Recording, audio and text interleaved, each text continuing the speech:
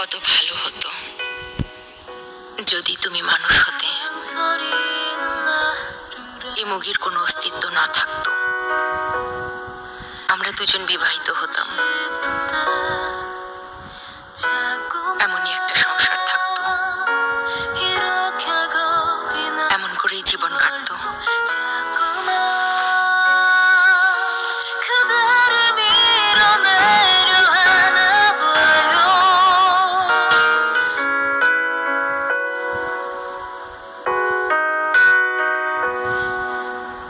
আমি বেঁচে থাকতে